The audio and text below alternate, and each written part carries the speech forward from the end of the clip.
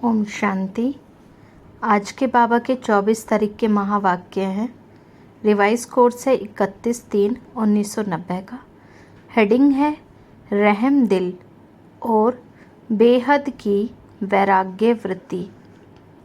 बाबा ने हम बच्चों को कहा कि बच्चे कैसे बेहद की वैराग्य वृत्ति और रहम दिल भाव के द्वारा हम बच्चे आगे बढ़ सकते हैं, तीव्र पुरुषार्थ कर सकते हैं और सेवा कर सकते हैं। तो बाबा ने कहा, आज सुनते हैं बाबा के महावाक्य। बाबा ने कहा, आज लवफुल और मर्सीफुल बाप दादा अपने समान बच्चों को देख रहे हैं। आज लवफुल और मर्सीफुल बाप दादा अपने समान बच्चों को देख रहे हैं। आज बाप दादा विश्व के सर्व अनजान बच्चों को देख रहे थे, है ना। जो बच्चे जिन्होंने अभी तक बाप को पहचाना नहीं, भगवान से मिले ही नहीं हैं, तो बाबा उन सभी को देख रहे हैं। भले अनजान हैं लेकिन फिर भी बच्चे हैं। बाप दादा के संबंध से सर्व बच्चों को देखते हुए क्या अनुभव किया कि मेजॉरिटी आत्माओं को समय प्रति समय किसी न किसी कारण से जाने अनजाने भी वर्तमान समय मर्सी अर्थात रहम की और दया की आवश्यकता है ना। बाबा जब सभी बच्चों को देख रहे थे तो बाबा ने ये देखा कि सभी आत्माओं को इस समय किसकी आवश्यकता है? रहम की और दया की आवश्यकता है। हर एक कोई ना कोई कारण से दुखी है, परेशान है, तो हर आत्मा को इस समय क्या है? रहम की और दया की आवश्यकता है, सहयोग की आवश्यकता है। और आवश्यकता के कारण ही मर्सीफुल बाप को याद भी करते रहते हैं, है ना। जब भी मनुष्य देखो कोई भी विघ्न होता है तब तो स्पेशल भगवान को याद करते ही हैं। तो चारों ओर की आवश्यकता के प्रमाण इस समय रहम दृष्टि की पुकार है। हर एक आत्मा क्या चाहते हैं कि हमें कोई सहयोग मिले, रास्ता मिले, सहयोग माना रहम दृष्टि मिले। हर एक कोई मंदिरों में लाइन लगा करके खड़े हुए हैं, तीर्थों पर जा रहे हैं, इतना पुकार रहे हैं भगवान को। क्यों? देवी देवताओं को सामने भी इतनी पूजा कर रहे हैं। क्यों? क्योंकि वो ये चाहते हैं कि हमें कहीं से भी रास्ता मिले, मदद मिले। क्योंकि एक तो भिन्न भिन्न समस्याओं के कारण अपने मन और बुद्धि का संतुलन ना होने के कारण मर्सीफुल बाप को व अपनी अपनी मान्यता वालों को मर्सी के लिए बहुत दुख से और परेशानी से पुकारते रहते हैं ना। भगवान को भी बुलाते हैं या फिर कोई ना कोई अपनी जिनको भी मानते हैं उनको भी बुलाते रहते हैं, तो अपनी परेशानी से पुकारते रहते हैं। चाहे अनजान आत्माएं हैं, बाप को ना जानने के कारण अपने धर्म पिताओं व गुरुओं को व इष्ट देवों को मर्सीफुल समझकर पुकारते हैं ना। क्योंकि आप सब तो जानते ही हो ना, इस समय सिवाय एक बाप परम आत्मा के और किसी भी आत्मा द्वारा मर्सी मिल नहीं सकती, है ना। सच में तो अगर देखा जाए तो रहम का सागर तो एक बाप ही है ना। उनके सिवाय तो और कोई सच्चा रहम कर नहीं सकता। तो भले बाप उन्हों की इच्छा पूर्ण करने के कारण, भावना का फल देने के कारण किसी भी इष्ट को व महान आत्मा को निमित्त बना दे, है ना। भले बाबा चाहे किसी के भी द्वारा करवाएं, लेकिन करने वाला तो, मदद करने वाला तो कौन है? शिव बाबा ही है ना, जो सच्चा सहारा है। दाता तो एक ही है। इसलिए वर्तमान समय के प्रमाण मर्सीफुल बाप बच्चों को भी कहते हैं कि बाप के सहयोगी साथी भुजाएं तो आप ब्राह्मण बच्चे ही हो। बाबा कहते हम सब बच्चे कौन हैं? बाबा के कार्य में मददगार बच्चे हैं, सहयोगी बच्चे हैं। बाबा कहते बच्चे तुम सब मेरी भुजाएं हो। तो जिस चीज़ की आवश्यकता है वह देने से प्रसन्न हो जाते हैं। तो मास्टर मर्सीफुल बने हो। बाबा कहते इस समय सभी आत्माओं को क्या आवश्यकता है?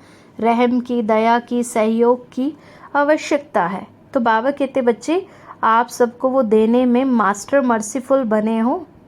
आपके ही भाई बहने हैं, चाहे सगे हैं व लगे हैं, लेकिन हैं तो परिवार के। अपने परिवार की अनजान परेशान आत्माओं के ऊपर रहम दिल बनो। दिल से रहम आए। विश्व की अनजान आत्माओं के लिए भी रहम चाहिए। बाबा कहते ये नहीं कि ये तो अनजान आत्माएं हैं, ये तो समझेंगे ही नहीं, ये तो चलेंगे ही नहीं ज्ञान में। बाबा कहते ऐसे कॉन्सेप्ट्स लेकर के नहीं चलना है, लेकिन बाबा कहते सबके लिए क्या चाहिए? रहम चाहिए। और साथ साथ ब्राह्मण परिवार की पुरुषार्थ की तीव्र गति के लिए व स्व उन्नति के लिए रहम दिल की आवश्यकता है। स्व उन्नति के लिए स्वयं पर जब रहम दिल बनते हैं तो रहम दिल आत्मा को सदा बेहद की वैराग्य वृत्ति स्वतः ही आती है। बाबा कहते जो बच्चे पुरुषार्थ करते हैं, एक बल एक भरोसा एक की याद से आगे बढ़ते रहते हैं, तो उन्हें नेचुरली बाबा ने कहा वैराग्य वृत्ति आती है। कहीं भी कलयुगी बातों में उनका मन अटकता नहीं है। तो बाबा ने कहा बच्चे स्वयं के प्रति भी रहम हो कि मैं कितनी ऊंच से ऊंच बाप की वही आत्मा हूँ और वही बाप समान बनने के लक्ष्यधारी हूँ। बाबा कहते अपने ऊपर भी रहम करो कि अपना पुरुषार्थ हमें अच्छा रखना है, अपनी स्थिति अच्छी बनाकर रखनी है, अपने लक्ष्य पर ध्यान देना है, बाबा ने जो हमें सेवा दी है उस पर अटेंशन देना है। तो अपनी स्थिति को बनाने के लिए भी, अपने पुरुषार्थ पर फोकस रखने के लिए भी बाबा कहते खुद के ऊपर भी रहम करो। उस प्रमाण ओरिजिनल श्रेष्ठ स्वभाव व संस्कार में अगर कोई कमी है तो अपने ऊपर दिल का रहम कमियों से वैराग्य दिला देगा। बाबा कहते बच्चे अपने ऊपर रहम करना माना अपनी कमी कमजोरियों को भी फिनिश करना, वैराग्य वृत्ति लाना अपनी कमजोरियों से भी। बाप दादा आज यही रूह रिहान कर रहे थे कि सभी बच्चे नॉलेज में तो बहुत होशियार हैं, पॉइंट स्वरूप तो बन गए हैं, लेकिन हर कमज़ोरी को जानने की पॉइंट्स हैं, जानते भी हैं कि ये होना चाहिए, करना नहीं चाहिए। ये जानते हुए भी पॉइंट स्वरूप बनना और जो कुछ व्यर्थ देखा, सुना और अपने से हुआ उसको फुल स्टॉप की पॉइंट लगाना नहीं आता। बाबा कहते बच्चों को नॉलेज तो है कि क्या करना चाहिए, क्या नहीं करना चाहिए, क्या सही है, क्या गलत है और कैसे पॉइंट स्वरूप में स्थित होना होता है, लेकिन फिर भी बच्चे क्या करते कि कोई बात हो जाती, कोई विघ्न आ जाता है ना, तो उसके चिंतन में डूब जाते हैं, उस पर पॉइंट लगाते नहीं हैं। पॉइंट तो है, लेकिन पॉइंट स्वरूप बनने के लिए विशेष क्या आवश्यकता है? अपने ऊपर रहम और औरों के ऊपर भी रहम। बाबा कहते बच्चे कोई भी आत्मा है वो अगर कोई व्यर्थ बोलते भी हैं तो वो उस समय माया के वश हैं, तो क्या करना है? उनके ऊपर भी रहम दृष्टि रहे। भक्ति मार्ग में भी सच्चे भक्त होंगे व आप भी सच्चे भक्त बने हो। आत्मा में रिकॉर्ड तो भरा हुआ है ना, तो सच्चे भक्त सदा रहमदिल होते हैं, इसलिए वे पाप कर्म से डरते हैं। बाप से नहीं डरते, लेकिन पाप से डरते हैं, इसलिए कई पाप कर्म से बचे हुए भी रहते हैं। तो ज्ञान मार्ग में भी जो यथार्थ रहमदिल हैं, उसमें 3 बातों से किनारा करने की शक्ति होती है। जिसमें रहम नहीं होता वह तो समझते हुए जानते हुए 3 बातों के परवश बन जाते हैं, और वह 3 बातें हैं अलबेलापन, ईर्ष्या और घृणा। कोई भी कमजोरी व कमी का कारण 90% ये तीनों बातें होती हैं। और जो रहमदिल होगा वह बाप के साथ ही धर्मराज की सज़ा से किनारा करने की शुभ इच्छा रखते हैं। बाबा कहते जो रहमदिल बच्चे होंगे वो अपने एक एक कर्म सोच समझ करके करेंगे, तो वह नेचुरली क्या है, इन तीनों बातों से किनारा रखते हैं, अलबेलेपन से भी, ईर्ष्या से भी और घृणा से भी। लेकिन जो बच्चे रहमदिल नहीं होते वो इन्हीं में फंसे रहते हैं। और 90% कमी का कारण यही है कि आजकल मैक्सिमम हम देख रहे हैं सबके अंदर जेलसी भी बढ़ती जा रही है ना, अलबेलापन भी आ रहा है, एक दूसरे को देख करके पुरुषार्थ में ढीले हो रहे हैं और घृणा भी कर रहे हैं, एक दूसरे को आगे बढ़ते देख करके खुश नहीं हो रहे हैं। तो बाबा कहते बच्चे, तो वह जो रहमदिल बच्चे होते हैं वो तो अपने हर कर्म पर अटेंशन रखते हैं, तो धर्मराज की सज़ा से किनारा करने की शुभ इच्छा रखते हैं कि हम ऐसे कर्म ना करें जो धर्मराज की सज़ा खानी पड़े। जैसे भक्त भी डर के मारे अलबेले नहीं होते ना, ऐसे ब्राह्मण आत्माएं बाप के प्यार के कारण धर्मराजपुरी से क्रॉस ना करना पड़े, इसी मीठे डर से अलबेले नहीं होते। कौन? जो ब्राह्मण आत्माएं हैं। तो बाप का प्यार उससे किनारा करा देता है। जिनको बाबा से सच्चा प्यार होता है ना, वो नेगेटिव बातों से नेचुरल किनारा करते जाते हैं, तो अपने दिल का रहम अलबेलापन समाप्त कर देता है। और जब अपने प्रति रहम भावना आती है तो जैसी वृत्ति, जैसी स्मृति, वैसी सर्व ब्राह्मण सृष्टि के प्रति स्वतः ही रहम दिल बनते हैं। ये है यथार्थ ज्ञान युक्त रहम। बिना ज्ञान के रहम कभी नुकसान भी करता है, लेकिन ज्ञान युक्त रहम कभी भी किसी आत्मा के प्रति ईर्ष्या व घृणा का भाव दिल में उत्पन्न करने ही नहीं देगा। ज्ञान युक्त रहम के साथ साथ स्वयं की रूहानियत का रुहाब भी अवश्य होता है। अकेला रहम नहीं होता, लेकिन रहम और रुहाब दोनों का बैलेंस रहता है। अगर ज्ञान युक्त रहम नहीं, साधारण रहम है, तो किसी भी आत्मा के प्रति चाहे लगाव के रूप से, चाहे किसी भी कमज़ोरी से उसके ऊपर प्रभावित हो सकते हैं। तो प्रभावित भी नहीं होना है, ना घृणा चाहिए, ना प्रभावित चाहिए, क्योंकि आप तन मन बुद्धि सहित बाप के ऊपर प्रभावित हो चुके हो। जब मन और बुद्धि एक के तरफ और ऊंचे ते ऊंचे तरफ प्रभावित हो चुकी, तो फिर दूसरे के ऊपर प्रभावित कैसे हो सकते? अगर दूसरे के ऊपर प्रभावित होते हैं तो उसको क्या कहेंगे? दी हुई वस्तु को फिर से स्वयं यूज़ करना। बाबा कहते जब बाबा को दे दिया जीवन, तो बाबा क्या कहते हैं बच्चे, दान में देने के बाद फिर उसे वापस नहीं लेना।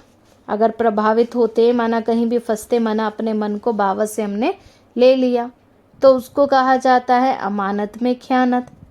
जब मन बुद्धि दे दिया तो फिर आपकी रही कहाँ जो प्रभावित होते हो? बाप के हवाले कर दिया ना, या आधी रखी है आधी दी है? जिन्होंने फुल दी है वो हाथ उठाओ। देखो, ब्राह्मण जीवन का फाउंडेशन महामंत्र क्या है? मन मना भव। तो मन मना भव नहीं हुए हो तो ज्ञान सहित रहम दिल आत्मा कभी किसी के ऊपर, चाहे गुणों के ऊपर, चाहे सेवा के ऊपर, चाहे किसी भी प्रकार के सहयोग प्राप्त होने के कारण आत्मा पर प्रभावित नहीं हो सकती, क्योंकि बेहद की वैरागी होने के कारण बाप के स्नेह, सहयोग, साथ, इनके सिवाय और कुछ उसको दिखाई नहीं देगा। बाबा कहते जो रहम दिल आत्मा होती है, रियल में ज्ञान युक्त रहम जिनके अंदर होता है, तो वो हर वक्त दिल से बाबा को शुक्रिया करते हैं हर चीज़ के लिए। तो वो बाप के स्नेह और सहयोग और साथ, इनके सिवाय उनको और कुछ दिखाई नहीं देगा, बुद्धि में आएगा ही नहीं। तुम्ही से उठूं, तुम्ही से सोऊं, तुम्ही से खाऊं, तुम्ही से सेवा करूं और तुम ही साथ कर्म योगी बनो। यही स्मृति सदा उस आत्मा को रहती है। भले कोई श्रेष्ठ आत्मा द्वारा सहयोग मिलता भी है, लेकिन उसका भी दाता कौन? तो एक बाप की तरफ ही तो बुद्धि जाएगी ना कि इनके द्वारा भी करवाने वाला तो कौन है? सहयोग शिव बाबा ही है। सहयोग लो, लेकिन दाता कौन है ये भूलना नहीं चाहिए। श्रीमत एक बाप की है। कोई निमित्त आत्मा आपको बाप की श्रीमत की स्मृति दिलाती है तो उनकी श्रीमत नहीं कहेंगे, लेकिन बाप की श्रीमत को फॉलो कर औरों को भी फॉलो कराने के लिए स्मृति दिलाती है। निमित्त आत्माएं, श्रेष्ठ आत्माएं कभी ये नहीं कहेंगे कि मेरी मत पर चलो, मेरी मत ही श्रीमत है, ये नहीं कहेंगे। श्रीमत की फिर से स्मृति दिलाते हैं ना। कोई भी निमित्त आत्मा है तो वो बाबा की बातों की स्मृति दिलाते हैं ना, अपनी मत की तो नहीं दिलाते। तो इसको ही कहते हैं यथार्थ सहयोग लेना और सहयोग देना। दीदी की दादी की श्रीमत नहीं कहेंगे, निमित्त बनते हैं। श्रीमत की शक्ति स्मृति दिलाते हैं। इसलिए कोई भी आत्मा के ऊपर प्रभावित नहीं होना ना। सपोज हम किसी की गाइडेंस से आगे भी बढ़ते हैं, कोई कार्य हमारा अच्छा भी होता है किसी की श्रीमत से, तो रियल में उनके द्वारा भी श्रीमत देने वाले कौन है? बाबा हैं। तो कोई व्यक्ति की श्रीमत नहीं है। अगर किसी भी बात में किसी पर प्रभावित होते हैं, चाहे उसके नाम की महिमा पर, रूप पर व किसी विशेषता पर, तो लगाव के कारण, प्रभावित होने के कारण बुद्धि वहाँ अटक जाएगी। अगर बुद्धि अटक गई तो उड़ती कला हो ही नहीं सकती। अपने ऊपर भी प्रभावित होते हैं कि मेरी तो बहुत अच्छी प्लानिंग बुद्धि है, मेरा ज्ञान बहुत स्पष्ट है, मेरे जैसी सेवा और कोई नहीं कर सकते, मेरी इन्वेंटर बुद्धि है, मैं गुणवान हूँ। तो ये अपने ऊपर भी तो प्रभावित नहीं होना है ना। विशेषता है, प्लानिंग बुद्धि है, लेकिन सेवा के निमित्त किसने बनाया? मालूम था क्या कि सेवा क्या होती है? इसलिए स्व उन्नति के लिए यथार्थ ज्ञान युक्त रहमदिल बनना बहुत आवश्यक है। फिर ये ईर्ष्या और घृणा तो समाप्त हो जाती हैं। तीव्र गति की कमी का मूल कारण यही है, ईर्ष्या व घृणा या प्रभावित होना। बाबा कहते अगर तीव्र गति नहीं हो पाती पुरुषार्थ में तो उसका कारण क्या है कि कहीं ना कहीं ईर्ष्या में आ जाते, प्रभावित हो जाते, चाहे अपने ऊपर चाहे दूसरों के ऊपर। और चौथी बात सुनाई, अलबेलापन। ये तो होता ही है, टाइम पर तैयार हो जाएंगे, है ना। अलबेले हो जाते हैं बच्चे कि ऐसा तो होता ही है, धीरे धीरे पुरुषार्थ कर लेंगे, टाइम पर तैयार हो जाएंगे। ये है अलबेलापन। बाप दादा ने एक हंसी की बात पहले भी सुनाई है। ब्राह्मण आत्माओं के दूर की नज़र बड़ी तेज है और नज़दीक की नज़र थोड़ी कमज़ोर है। इसलिए दूसरे की कमी तो जल्दी दिखाई देती है और अपनी कमी देर से दिखाई देती है। तो रहम की भावना, बाबा ने कहा बच्चे अपने अंदर क्या रखनी है? रहम की भावना। लवफुल भी हो और मर्सीफुल भी हो, तो इससे दिल से वैराग्य आएगा। बाबा कहते बच्चे बाबा के प्रति लवफुल भी रहना है और सबके लिए मर्सीफुल भी, और इस कलयुगी दुनिया से क्या हो? वैराग्य। जिस समय सुनते हैं वह भट्टी होती है, रूह रिहान होती है, उस समय तो सभी समझते हैं कि ऐसे ही करना है, तो वह फिर अल्पकाल का वैराग्य आता है, दिल का नहीं होता। जो बाप को अच्छा नहीं लगता उससे दिल से वैराग्य आना चाहिए। अपने आप को भी अच्छा नहीं लगता है, लेकिन बेहद की वैराग्य वृत्ति का हल चलाओ, रहम दिल बनो। कई बच्चे बहुत अच्छी अच्छी बातें सुनाते हैं, कहते हैं जब कोई झूठ बोलता है तब बहुत गुस्सा आता है, झूठ पर गुस्सा आता है, या कोई गलती करता है तो गुस्सा आता है। वैसे नहीं आता, लेकिन उसने झूठ बोला ना। यह तो ठीक है कि उसको रॉन्ग समझते हो, लेकिन जो आप जो गुस्सा करते हो वो फिर राइट है क्या? रॉन्ग को रॉन्ग कैसे समझा सकते हैं? जब स्वयं ही रॉन्ग है तो रॉन्ग बात से हम दूसरे को चेंज कैसे कर सकते हैं? उसका असर कैसे हो सकता है ना? बाबा ने कहा बच्चे तुम गुस्सा कर रहे हो तो वो गुस्सा करना भी तो गलत है ना। चलो दूसरे से गलती हुई, लेकिन हम भी तो गलत करके दूसरे को चेंज कर नहीं सकते। तो ये प्रयास करेंगे तो खुद भी गलत हो गए। तो उस समय अपनी गलती को नहीं देखते, लेकिन दूसरे की झूठ की छोटी बात को भी बड़ा कर देते हैं। ऐसे समय पर रहम दिल बनो, अपनी प्राप्त हुई बाप की शक्तियों द्वारा रहम दिल बनो, सहयोग दो। लक्ष्य अच्छा रखते हैं कि उनको झूठ से बचा रहे हैं। लक्ष्य अच्छा है, उसके लिए मुबारक हो, लेकिन रिजल्ट क्या निकली? वह भी फेल और आप भी फेल। तो फेल वाला फेल को क्या पास कराएगा? कई फिर समझते हैं हमारी जिम्मेवारी है इसको अच्छा बनाना, आगे बढ़ाना, लेकिन जिम्मेवारी निभाने वाला पहले अपनी जिम्मेवारी उस समय निभा रहे हो या दूसरे की निभाते हो? कई निमित्त टीचर बनते हैं तो समझते हैं छोटों के लिए हम जिम्मेवार हैं, इनको शिक्षा देनी है, सिखाना है। लेकिन सदैव ये सोचो कि यथार्थ नॉलेज सोर्स ऑफ इनकम होगी। अगर अपने शिक्षक की जिम्मेवारी से शिक्षा दी तो पहले ये देखो कि उस शिक्षा से दूसरे की कमाई जमा हुई, सोर्स ऑफ इनकम हुआ या सोर्स ऑफ गिरावट हुई। क्योंकि हम अपनी ही शिक्षा ज़्यादा देने लग जाते तो दूसरे की स्थिति और ज़्यादा हिलने लग जाती। मोटिवेट करने की बजाय, उनको सहयोग देने की बजाय, रहम करने की बजाय हम दूसरी आत्मा में रोज़ाना क्या ढूंढते रहते हैं? कमियां ढूंढते रहते हैं।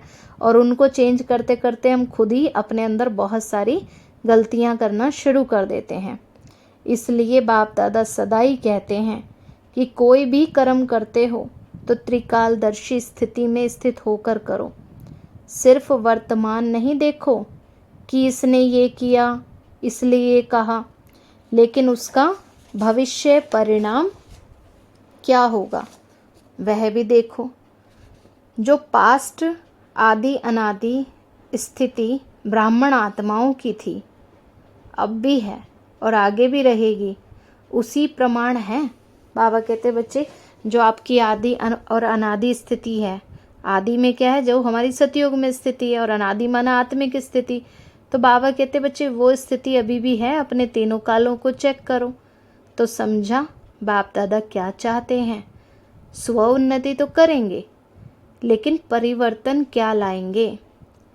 चाहे महारथी हो चाहे नए हो, बाप दादा की एक ही शुभ आशा है। जितना चाहते हैं उतना अभी नहीं हुआ। बाबा बच्चों से जो चाहते हैं ना, बच्चों ने अभी तक अपनी वो स्थिति नहीं बनाई, रिजल्ट तो सुनाएंगे ना। बाप दादा अल्पकाल का वैराग्य नहीं चाहते हैं, निजी वैराग्य आए। जो बाप को अच्छा नहीं लगता वह नहीं करना है, नहीं सोचना है और ना ही बोलना है। इसको बाप दादा कहते हैं दिल का प्यार। अभी मिक्स है। बाबा देखते हैं अभी बच्चों का दिल का प्यार नहीं है, अभी मिक्स है। जो बाबा को अच्छा नहीं लगता वो बच्चों को भी नहीं लगना चाहिए। तो बाबा कहते हैं वो ना तो बोलना है, ना सोचना है और ना ही करना है। तो बाबा कहते बच्चे अभी मिक्स है, कभी दिल का प्यार है, कभी दिमाग का प्यार है। माला का तो हर एक मण का, हर एक मणके के साथ समीप हो, स्नेही हो, प्रगति के लिए सहयोगी हो, इसलिए माला रुकी हुई है।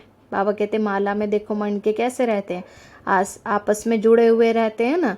तो बाबा कहते अभी बच्चे क्या है, एक दूसरे के लिए स्नेही सहयोगी नहीं है, इसलिए माला भी अभी तैयार नहीं हुई।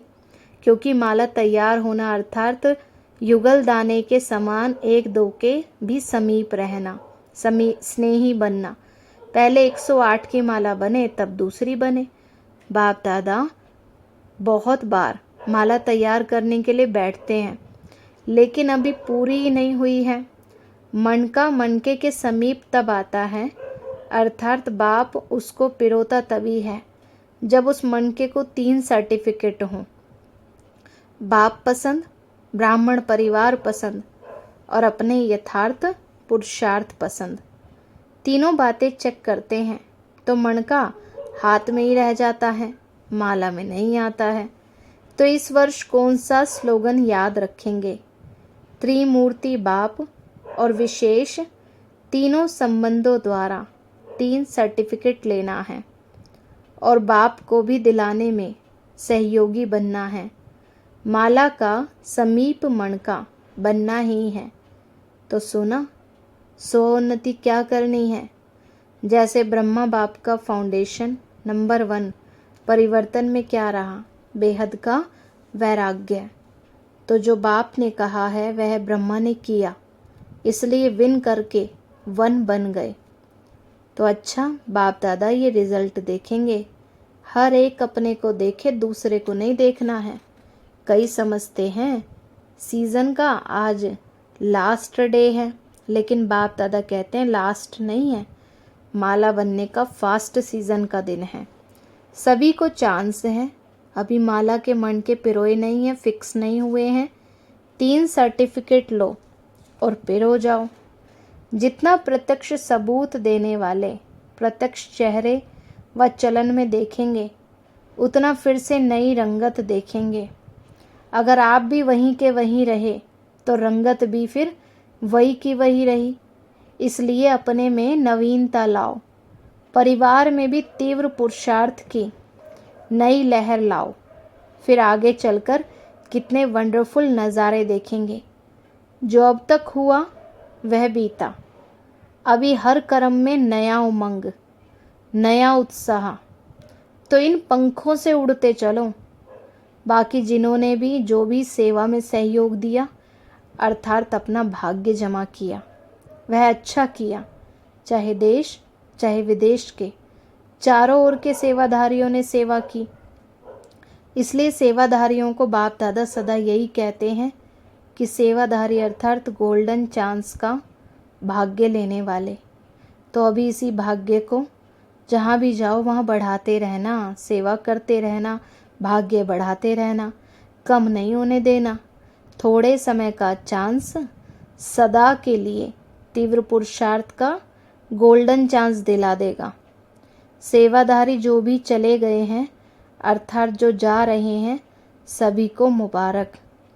अच्छा, सर्व रहम दिल श्रेष्ठ आत्माओं को सदा स्वयं को स्व उन्नति की उड़ती कला में ले जाने वाले तीव्र पुरुषार्थी आत्माओं को सदा हर समय एक बाप को साथ अनुभव करने वाले अनुभवी आत्माओं को सदा बाप के दिल की आशाओं को पूर्ण करने वाले कुल दीपक आत्माओं को सदा अपने को माला के समीप मणके बनाने वाले विजयी आत्माओं को बेहद की वैराग्य वृत्ति से हर समय बाप को फॉलो कर बाप समान बनने वाले अति स्नेही राइट हैंड बच्चों को बाप दादा का याद, प्यार और नमस्ते। अच्छा, मीठे मीठे सिकी लदे बच्चों प्रति माता पिता बाप दादा का याद, प्यार और गुड मॉर्निंग। रूहानी बाप की रूहानी बच्चों को नमस्ते। रूहानी हम बच्चों की रूहानी माता पिता बाप दादा को नमस्ते नमस्ते नमस्ते। बाबा नमस्ते। सदा रहें हंसते और हंसाते और बन जाएं फरिश्ते। शुक्रिया बाबा, शुक्रिया बाबा, शुक्रिया बाबा। वरदान बाबा ने दिया, प्राप्तियों को इमर्ज कर सदा खुशी की अनुभूति करने वाले सहज योगी भव। सहज योग का आधार है स्नेह और स्नेह का आधार है संबंध। बाबा से सहज योग है तो किस आधार पर होगा योग? स्नेह। और स्नेह का आधार है संबंध। संबंध से याद करना सहज होता है। संबंध से ही सर्व प्राप्तियां होती हैं। जहाँ से प्राप्ति होती है मन बुद्धि वहाँ सहज ही चली जाती हैं। इसलिए बाप ने जो शक्तियों का, ज्ञान का, गुणों का, सुख शांति, आनंद, प्रेम का खजाना दिया है।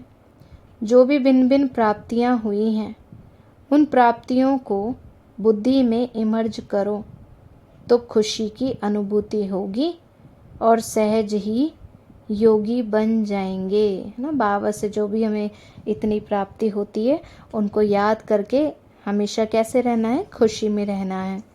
स्लोगन है, जो सर्व प्रश्नों से पार रहता है वही प्रसन्न चित्त है। जो सर्व प्रश्नों से पार रहता है वही प्रसन्न चित्त है।